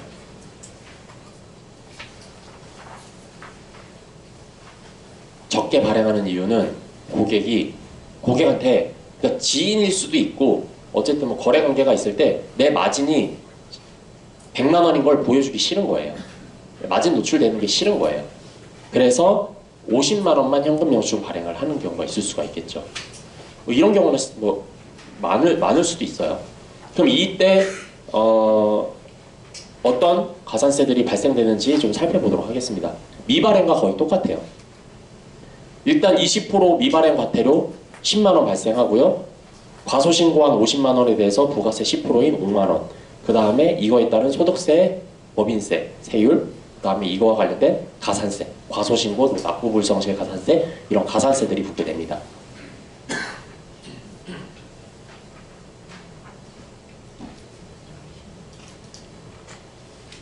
그럼 이제 과다 발행한 사례에 대해서 말씀드리도록 하겠습니다. 많겠죠. 특히나 저희 같은 경우에는 이 내용이 거의 주라고 생각이 듭니다. 알선 수수료는 100만 원인데 고객한테 1000만 원에 대해서 현금 영수증을 다 발행해 준 거예요. 그냥 전체 수탁금에 대해서. 이때 세법상 어떤 리스크가 있는지에 대해서 말씀드리도록 하겠습니다. 첫 번째, 100만 원인데 우리 알선 수수료는 100만 원인데 먼저 이걸 말씀드리기 전에 이런 경우는 전혀 문제가 없어요. 매출을 1000으로, 그러니까 그 현금 영수증을 1000으로 발행을 했는데 매출도 그냥 1000으로 신고를 한 거예요. 총액으로. 그럼 전혀 문제가 없어요. 그럴 경우엔 전혀 문제가 없는데 여기서 발생되는 이슈는 현금 영수증은 1000으로 발행을 했는데 매출 신고는 100만 했을 때 발생되는 문제인 거예요. 이 경우가 거의 다 이렇게 하시려고 하시겠죠. 지금까지 그래왔으니까. 그럼 결국 과다 발행한 금액은 900만 원이 되겠죠. 900만 원에 대해서 어떤 가산세가 발생되는지 살펴보도록 하겠는데 이거에 대해서도 국세청에 좀 다 달라요. 답변이 2%냐 5%냐 2개에서 7%냐 이 내용은 이제 좀 뒤에서 살펴보도록 하고요. 가장 이슈인 현금 영수증 의무 발행 과태료 20%는 다행히 붙지는 않아요. 우리가 900만 원을 발행했다라고 해서 20% 가산세를 여기다가 매기지는 않는 거예요. 근데 이건 있을 수 있어요. 이거는 사실 법에는 나오지 않은 내용인데 아까 말씀드렸죠. 우리는 지금 특례를 적용받고 있는 거잖아요. 매출 신고를 할 때. 총액이 아닌 알선 수수료만 신고하는 순액 매출 특례를 적용을 하고 있는 건데 요건을 갖추지 못했지만 특례 적용을 받고 있는 거예요. 근데 우리가 현금 영수증을 다 발행했어요. 다 발행하고 알선 수수료만 신고를 했어요. 그러면은 상대방인 과세관청이나 국세청에서 그러면 알선 수수료 부분에 매출 신고를 했다는 것 자체가 순액 매출을 인정을 해달라는 건데 이거를 또 트집 잡을 가능성이 많은 거예요. 예전에는 어쨌든 그 부분에 대해서 매출 신고하고 뭐 인보이스나 이런 거 있어서 신고하면은 오케이 알겠습니다 하고 넘어갔는데 현금 영수증은 다 발행했는데 매출 신고를 적게 하면은 증빙은 우리 매출이라고 신고하는 현금 영수증 증빙은 다 발행을 했는데 왜 알선 수수료만 신고를 했지? 그럼 이제 그거에 대해서 구분 계약했나요? 계약서 갖고 와보실래요? 이런 문제로 튈 수도 있다라는 생각이 들어요. 그렇기 때문에 이렇게 했을 때 또 이런 좀 이슈도 있지 않을까라는 내용이고 이건 어쨌든 세법상 나온 건 아닙니다. 근데 아까 협회장님께서 말씀하셨던 것처럼 지금 우리 여행업을 대변하는 내용, 그러니까 알선 수수료 부분 혹은 현금 영수증 전체에 대해서 현금 영수증을 발행하는 거 양쪽 다 허용하게 해달라라는 내용을 이제 그 탄원서를 넣은 상태라 그 답변이 어떻게 나오는지에 따라서 달라지게 될 텐데 그렇게 되면 사실 너무 좋죠. 이슈도 아예 없고 이거는 지금까지 어쨌든 지금 현재 세법상 관련된 내용이다라고 이해하시면 좋을 것 같습니다. 첫 번째입니다. 현금 영수증 과다 발행 시 소득세 혹은 법인세법에 대한 가산세입니다. 보시면 현금 영수증 발급을 거부하거나 사실과 다르게 발급했을 때는 사실과 다르게 발급한 금액의 5%를 가산세로 먹인다라는 내용이에요. 근데 아까 제가 그 용역을 공급하고 이런 것처럼 문구 하나하나에 달라질 수 있다라고 말씀드렸잖아요. 근데 보통 일반적으로 다 5%라고 생각을 하고 계시고 저도 5%로 보는 게 맞다라고 생각을 하지만 애매한 단서 조항이 있어요. 보시면 관할 세무서장으로부터 신고 금액을 통보받은 경우에 그러니까 신고를 통보받고 사실과 다르게 발행했을 때 5%를 먹이겠다는 내용이에요. 이 내용은 뭐냐면 그 밑에 가입 의무들을 보시면 사업자가 있고 거래 상대방이 있잖아요. 근데 거래 상대방이 현금 영수증을 발급받지 못한 거예요. 그럼 이거를 가지고 이 사람은 세무서에 신고를 하겠죠. 세무서에 신고를 하면은 그 세무서는 그 사업자가 속해 있는 관할 세무서장에 통보를 하게 돼 있어요. 그러면 그 사람은 다시 그 사업자한테 통보를 하는 거죠. 이런 경우에 5%가 적용이 된다라는 단서 문구가 있는 거예요.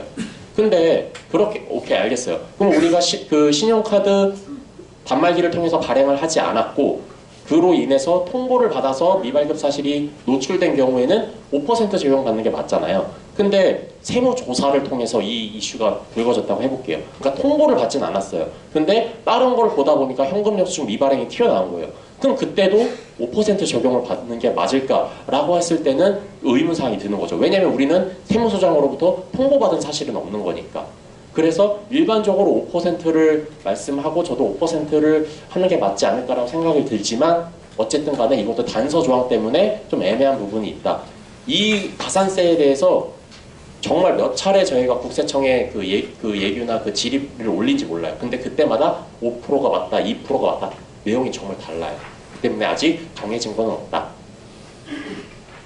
자, 그럼 2%가 이거예요. 이거는 소득세 법인세법상 가산세가 아니라 부가가치세법상 가산세 규정이 나와 있는데요. 보시면 재화나 용융, 그러니까 우리가 그 여행 상품을 팔고 세금 계산서 등에는 보통 이제 그 신용카드도 포함되어 있고 현금 영수증도 포함되어 있어요.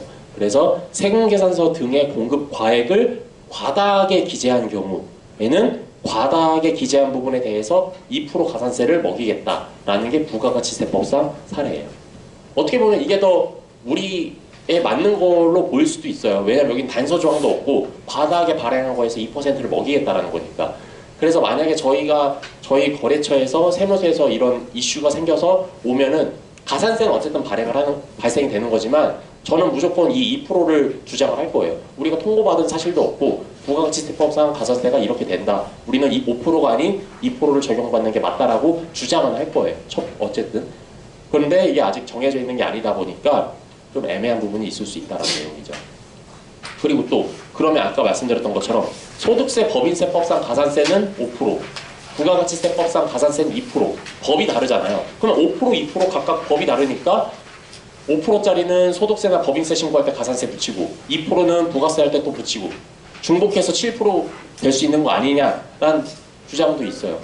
뭐 그럴 수도 있을 거라고 보지만 사실 2%와 5%가 이중으로 적용을 할 수 있을 가능성은 그렇게 많지는 않은 것 같고요. 제가 봤을 때는 2% 아닌 5%다. 근데 어쨌든 간에 정해지진 않지만 보수적으로 그냥 5%라고 알고 계시면 될 것 같다. 근데 이런 문제가 있을 때 우리는 당연히 2%로 주장을 할 거다라고 이해하시면 될 것 같습니다.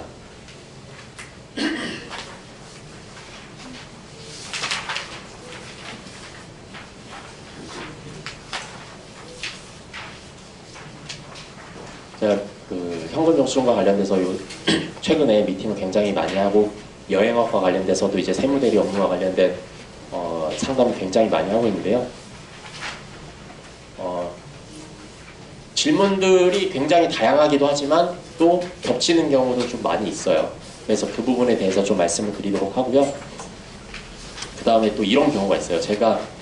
저희 이제 또 한창 또 저희 부가세 신고하고 있잖아요. 이제 조금 있으면 또 세무서 사무실에 또 이제 정산서 보내드려야 되고 막 생각하시면 또 이제 골머리 앓으시는 저 대표님들도 계실 텐데 저도 이제 그런 신고들을 겪다 보니까 전 이런 생각을 해요. 이게 제가 세법으로만 적용을 했을 때는 전혀 생각할 수 없었던 내용들이 있어요.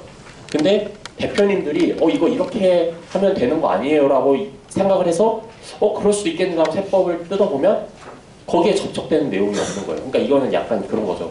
왜 예전에 몇 년 전에 이세돌이랑 알파고랑 바둑 대국 했잖아요.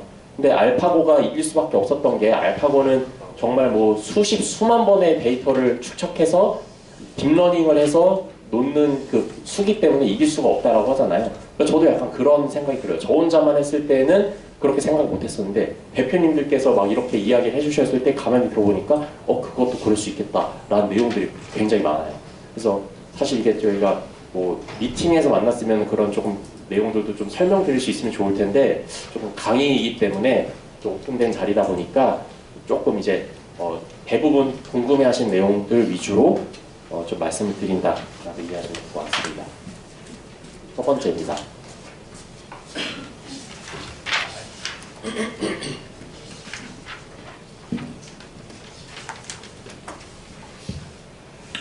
좀 많이 나오는 내용이죠.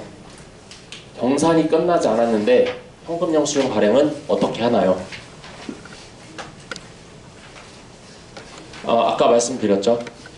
고객한테 돈을 언제 받았냐가 중요하죠. 행사 종료되는 시점으로부터 그 돈을 이전에 받았는지 이후에 받았는지에 따라 달라지게 될 거예요. 그거에 대한 답변은 사실 이전에 했다라고 생각이 들고요. 보면은 행사가 종료되었지만 정산이 끝나지 않은 경우 대략적인 알선 수수료를 선 발행한 다음에 완료된 시점에 차액만큼 추가로 발행하는 것이 바람직합니다. 이 예는 이렇게 생각하면 좋으실 것 같아요.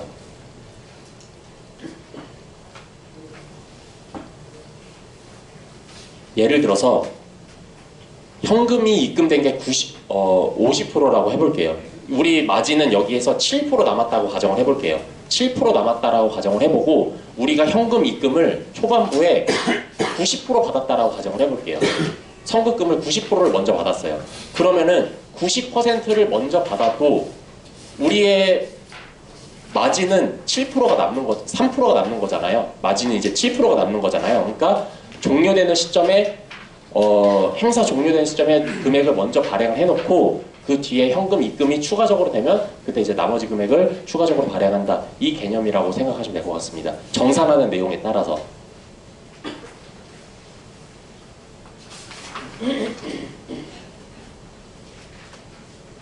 그래서 행사가 종료되지 않았지만 정산이 끝나지 않은 경우 대략적인 알선 수수료를 선 발행한 경우 정산이 완료된 시점에 차액만큼 추가적으로 발행하는 것이 바람직해 보인다라고 이해하면 될 것 같고요.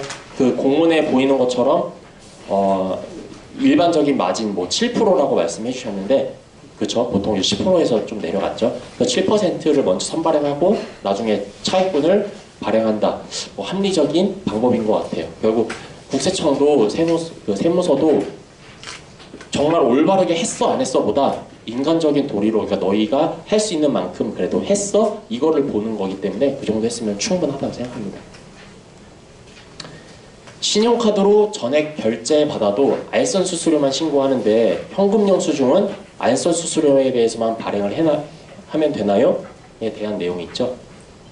그러니까 신용카드는 우리가 전체 금액으로 발행을 받아도 알선 수수료만 매출 신고를 하거든요. 그 아웃바운드 여행사에. 그럼 그거랑 마찬가지로 현금 영수증도 전체 금액에 대해서 발행을 하면 되는 거 아니냐. 알선 수수료만 발행을 해야 되는 이유는 뭐냐라는 내용인데 어떻게 이거에 대한 답변 혹시 생각나시는 거 있으세요?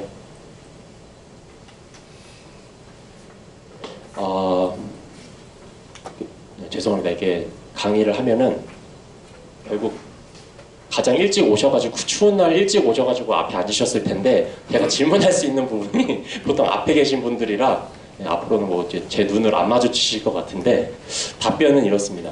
신용카드는 결제 수단이기 때문에 별도의 가산세가 없는 거예요. 우리가 매출을 1,000만 원에 대해서 신용카드 결제를 한다라고 하더라도 결제 수단이기 때문에 이제 가산세는 없는 거죠. 근데 현금 영수증은 특성이 돈을 먼저 받고 사후에 우리가 매출을 신고하는 개념이기 때문에 전체 금액으로 현금 영수증을 발행하면 안 된다라는 내용이에요. 아까 말씀드렸던 것처럼 발행을 하실 수는 있는데 발행을 하실 때 그런 세법상 과태료 이슈가 있을 수 있다라는 내용이죠.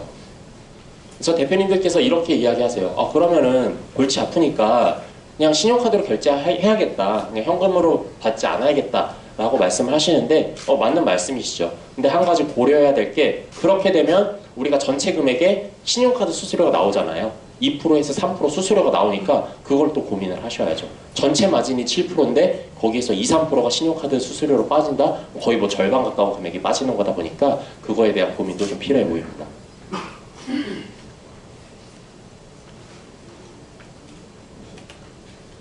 고객한테 100을 받을 때 신용카드로 50%를 받고 일부는 또 현금으로 받아요. 그런 경우 많죠. 그렇게 됐을 때 이거에 대해서 현금 영수증 발행 금액은 이제 어떻게 신고하느냐에 대한 내용이에요. 다들 눈을 안 마주치시는데 답변은 알선 수수료에 대해서 현금으로 받은 금액만큼만 발행을 하시는 게 바람직하다라는 내용이에요. 그래서 예를 들어서 7대3의 비율로 받았다라고 가정을 해볼게요. 알선 수수료 100이 남았는데 신용카드로 결제를 받은 금액이 700만 원이면 70%인 거잖아요. 그래서 현금 영수증 발행해야 되는 금액은 100만 원 중 30%인 30만 원에 대해서 발행하면 된다라고 이해하시면 될 것 같습니다. 지금 그 Q&A에 나오는 내용들은 제가 그동안 경험을 하면서 녹여낸 것들도 있지만 사전에 이제 국세청의 질이나 이런 것들을 올려놓은 거를 토대로 뽑아온 거기 때문에 이제 국세청에서도 이런 답변을 내놓고 있는 같은 견해다라고 이해하시면 될 것 같습니다. 나오죠? 해외여행 알선업, 그러니까 아웃바운드를 하는 사업자가 자기의 수입에 해당되는 알선 수수료 플러스 음식 숙박비 같은 랜드 비용, 수탁경비 전체 금액을 신용카드로 결제받았을 때 신용카드 매출 전표를 발급하는 것이 가산세를 적용하는 건 아니다. 그러니까 전체에 대해서 그 신용카드 결제를 받는다라고 해서 그 순행 매출을 신고를 하더라도 가산세를 적용하는 것은 아니다라는 이제 얘기입니다.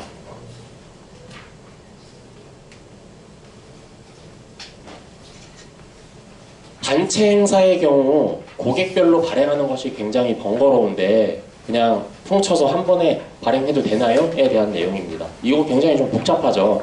예를 들어서 10건, 20건 혹은 뭐 100건 이런 행사가 진행될 때 그럼 개별적으로 다 우리가 의무적으로 핸드폰 번호나 주민번호를 받아서 발급을 해야 되냐라고 살펴봤을 때 이건 그럼 저희가 어떻게 발행을 하면 될까요? 어떤 식으로 발행을 하면 될까요? 예를 들어서 단체 투어의 경우에 국세청 번호로, 그렇죠. 국세청 번호로 발행을 해야 되는 건 맞습니다. 맞는데 이제 애매한 사항이 생기는 거죠. 그러면은 예를 들어서 10명이라고 가정을 해볼게요.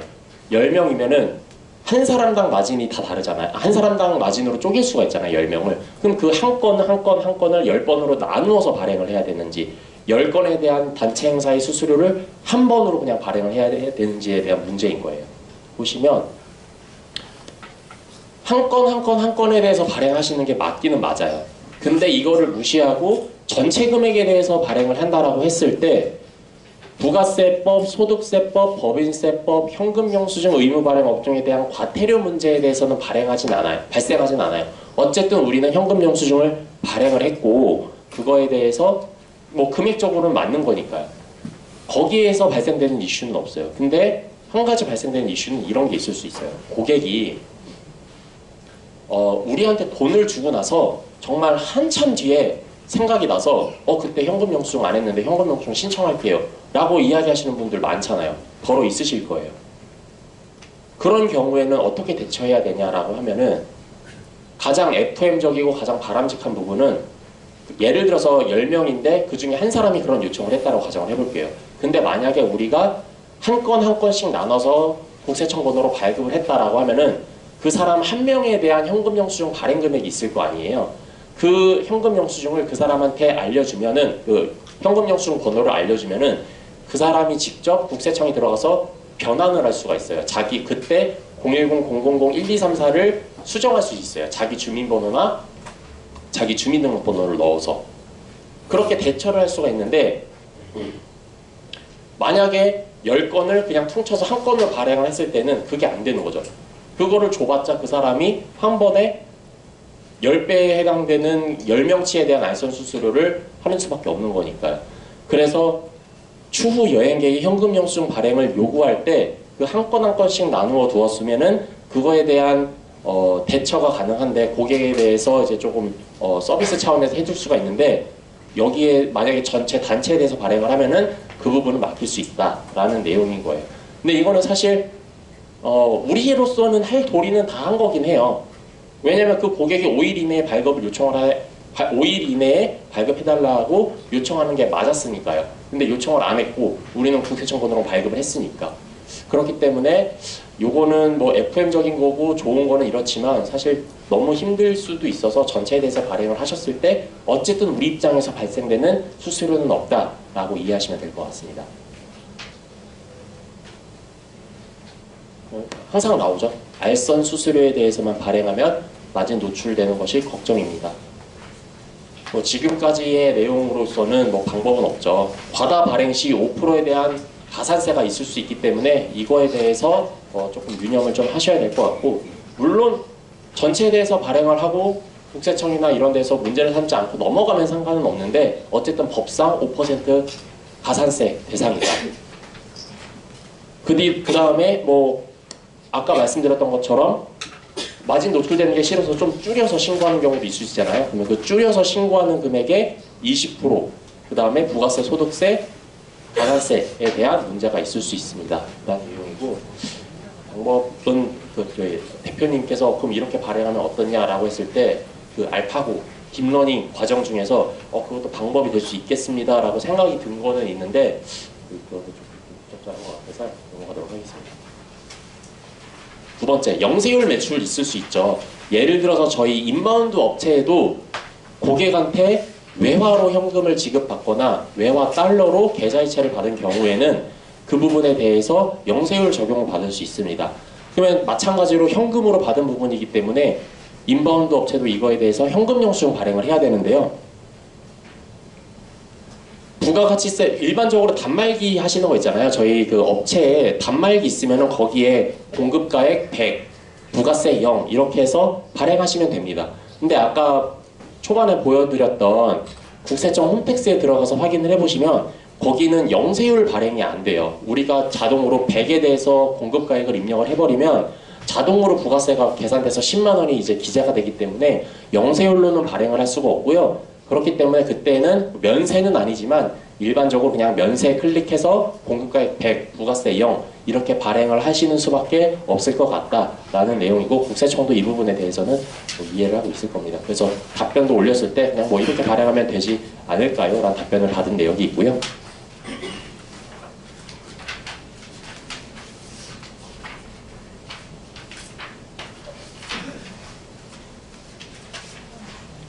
마지막으로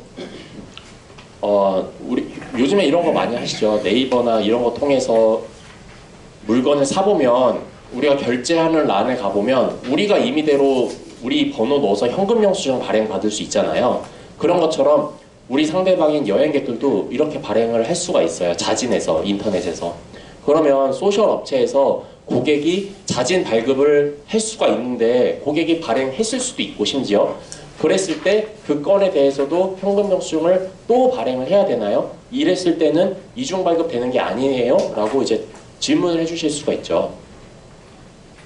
근데 뭐 보통 이렇게 하시겠지만 그 자진 발급은 결국 고객이 결제한 전체 금액에 대해서 현금 영수증을 발행을 하는 거기 때문에 올바른 현금 영수증 금액이 아닌 거죠. 아까 말씀드렸던 것처럼 순액 매출일 경우에 알선 수수료 부분에 대해서만 현금 영수증을 발행을 하도록 세법에도 명시가 되어 있기 때문에 우리는 알선 수수료에 대해서만 매출 신고를 할 거고 그 금액에 대해서만 발행을 해야 되는데 그건 고객이 임의대로 발행을 한 금액이다 보니까 부가세 신고할 때 저희도 그렇고 소셜 업체에서 뜨는 현금 영수증은 다 무시하고 우리가 발행한 현금 영수증 기준으로 매출 신고를 하고 있습니다.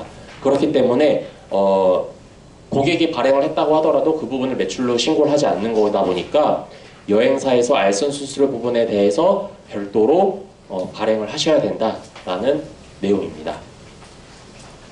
그래서 간혹 이제 여행업을 아까도 말씀드렸다시피 여행사가 이렇게 알선 수수료 부분에 대해서만 매출 신고를 하고 현금 영수증을 발행을 하고 하는 게 저희야 다 여행업을 하고 다 같이 있기 때문에 그게 당연한 사실로 받아들여지고 있지만 사실은 다른 업종과 관련돼서는 굉장히 이제 독특한 내용이고 그러다 보니까 여행업을 전문으로 하지 않는 세무사님들 같은 경우에 세무대리를 맡겨보면 현금 영수증 1억 떴으니까 1억 매출 신고하셔야 됩니다 라는 답변을 받는 경우도 왕왕 있는데 다 이제 이런 데서 내용이 파생돼서 발생되는 내용이다 라고 이해하시면 될 것 같습니다.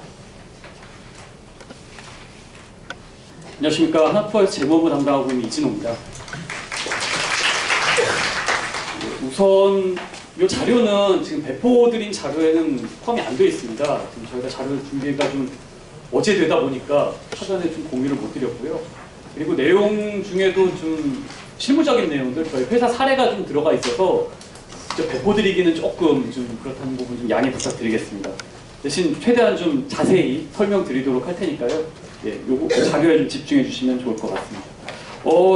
지금 자료는 이렇게 준비되어 있습니다. 지금 뭐 이론적인 부분은 앞에 세무사님께서 잘 설명해 주셨지만 저희가 인식한 현금영수증 현황이 어떠했고, 그리고 이거에 대해서 어떻게 저희가 이제 해결하려고 해결 방안을 마련했는지, 그리고 현재 지금 이제 도입하는 상황에서 발생하는 실무적인 이슈들, 이렇게 좀 준비를 했습니다.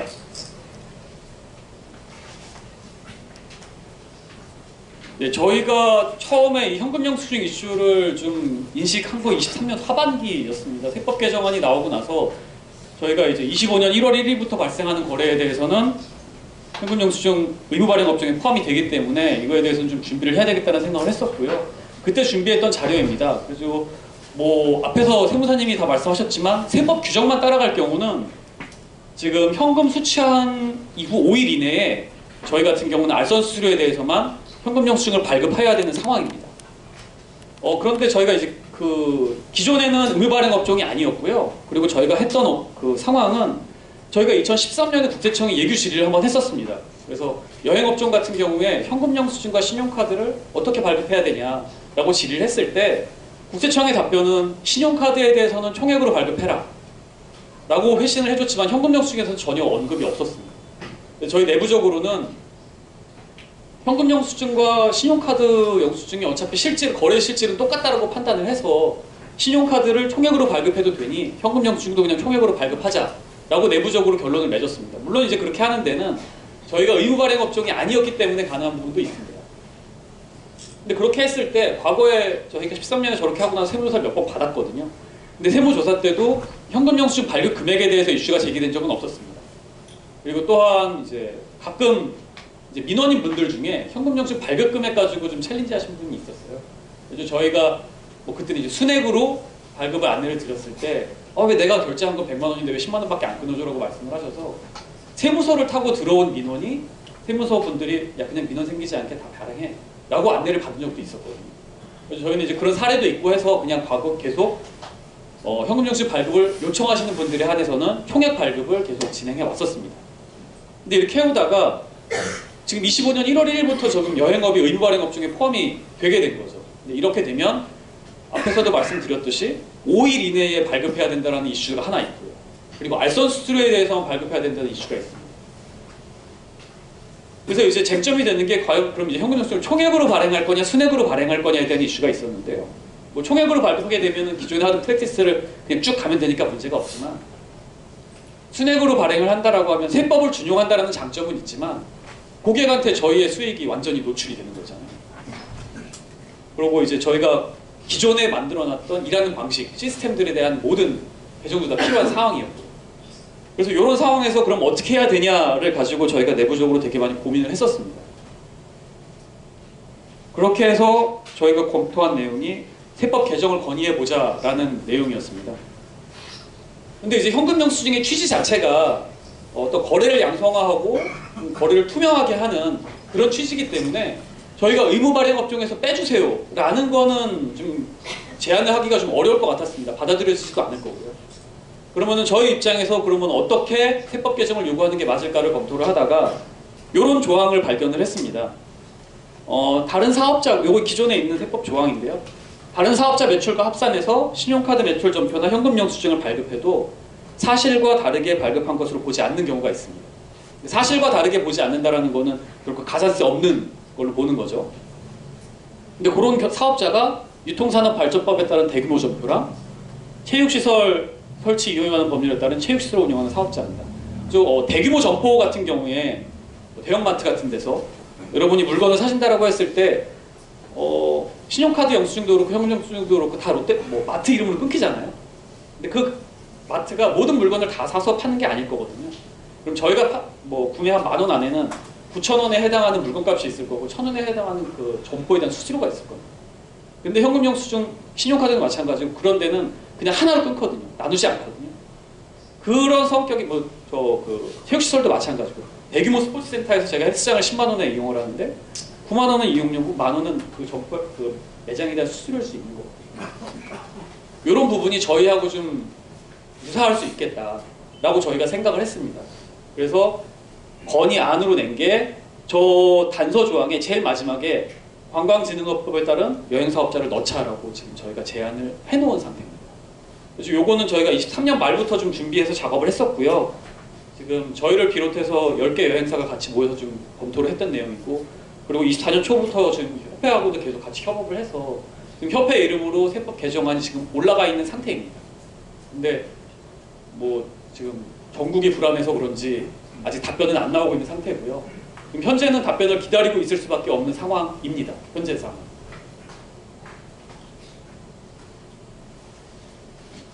다음에 이제 좀 실무적인 내용들, 저희가 고민했던 내용들입니다. 저 사진 찍으시는 거는 제가 찍지 마시라고 말씀은 못 드리겠는데, 하나투어가 이렇게 합니다. 그러니까 우리도 이렇게 하면 됩니다라는 말씀은 네, 좀 그렇습니다. 이 리스크가 있는 부분이 있을 수 있습니다. 그럼 저희가 이제 현금영수증 발급 시기를 어떻게 볼 거냐에 대한 부분인데요. 세법에서 현금 받은 거를 선수금으로 판단하는 경우, 제일 밑에 있는 내용인데요. 선수금을 현금으로 받은 때 현금영수증을 발급하지 아니한 경우에는 추후 재화나 용역의 공급 대가가 전환될 때 발급한다 라고 이제 규정이 되어 있는 부분이 있습니다. 저희는 저 부분을 가져와서 저희 입장에서 재화 용역이 공급되는 때는 저희는 알선 용역을 제공하는 거기 때문에 하나투어는 출발일 기준으로 알선 용역을 인식하고 있습니다. 그래서 저희는 출발일을 현금영수증 발급 시기로 판단하고 있고, 그때부터 5일 이내에 발급하는 것을 원칙으로 하고 있습니다. 그런데 이제 실무적으로 또 업무 처리하는 기간도 필요할 거고요. 그래서 실무적으로는 저희 내부적으로는 출발일 이후 3일 안에 현금영수증 발급하도록 지금 준비를 하고 있는 중입니다.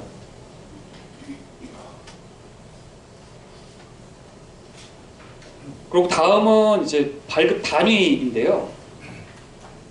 지금 예약 코드 안에 있는 모든 개인별로 발급을 할 거냐. 그렇게 되면 뭐 패키지 한 예약 코드 안에 뭐 10명이 있는데 그 10명을 다 각자로 과연 할 거냐라고 생각을 해보면 가족이 여행 가는데 현금은 한 분이 내는 경우들이 있잖아요. 그런 경우에 또 나눠서 발급하는 게 맞느냐, 솔직히 그 부분은 정답을 잘 모르겠더라고요. 그래서 저희는 단계를 나눴습니다. 그래가지고 출발일 이후 이틀 전까지 현금영수증 이렇게 발급해주세요 라고 그 내역을 주시는 분들은 그렇게 나눠서 발급하고요. 그게 안 되는 분들은 그냥 대표번호로 그냥 무기명 한 건으로 발급을 하려고 지금 준비를 하고 있습니다.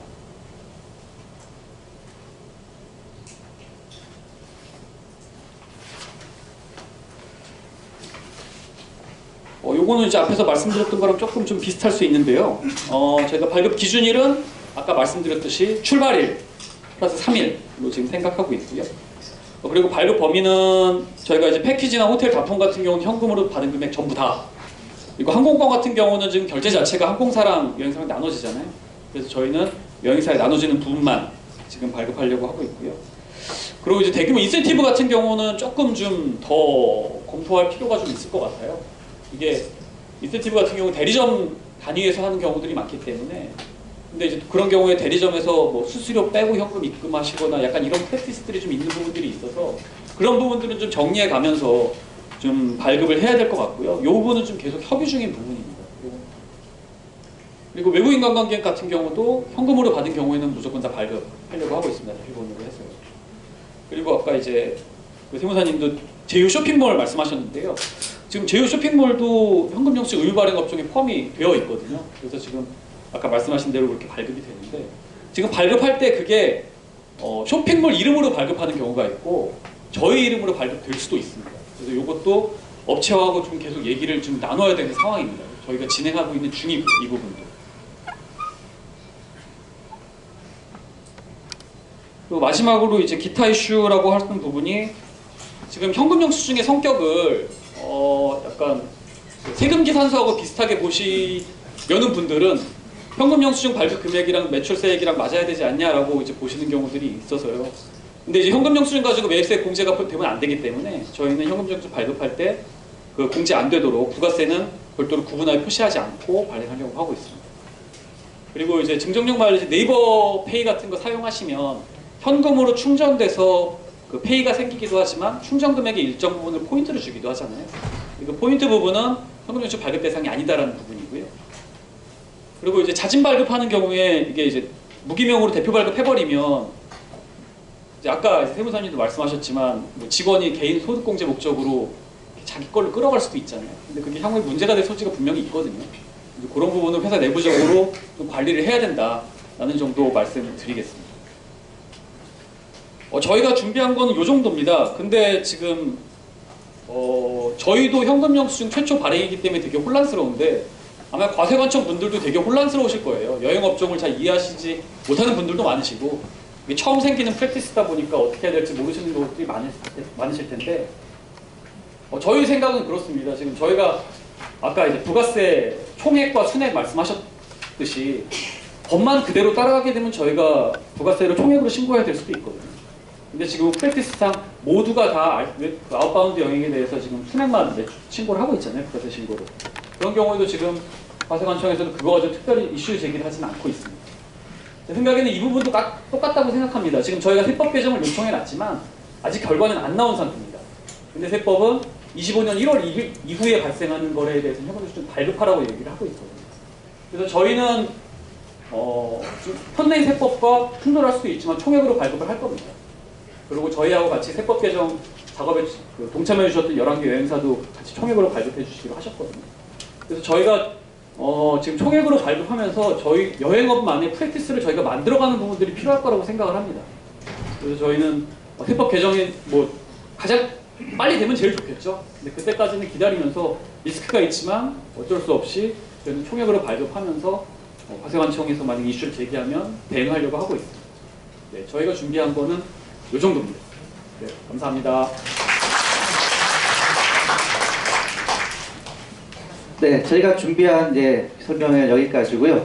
앞서 이진호 본부장님 말씀하셨던 사항처럼 저희는 모든 여행사에게 총액으로 하라고 말씀드린 건 아닙니다. 그러니까 총액, 순액 모두 이제 각 사의 그 상황에 맞게 상황을 좀 할 수 있도록 개정을 해달라고 요청하는 사항이고, 말씀하신 것처럼 하나투어를 포함해서 주요 여행사 같이 지금 세법 개정 요청을 하고 있는 상태고, 또 이 사항을 또 강력하게 주장을 하고 있습니다. 회장님께서 말씀하신 것처럼 협회의 입장으로서 우리 여행사 모두가 다 같이 좀 원활하게 업무할 수 있도록 준비를 하는 사항이니까요. 그 사항은 적극적으로 저희가 개정 요청을 계속적으로 하겠습니다. 그래서 나중에 이제 그 결과가 나오면은 바로 또 안내해 드리도록 하겠습니다.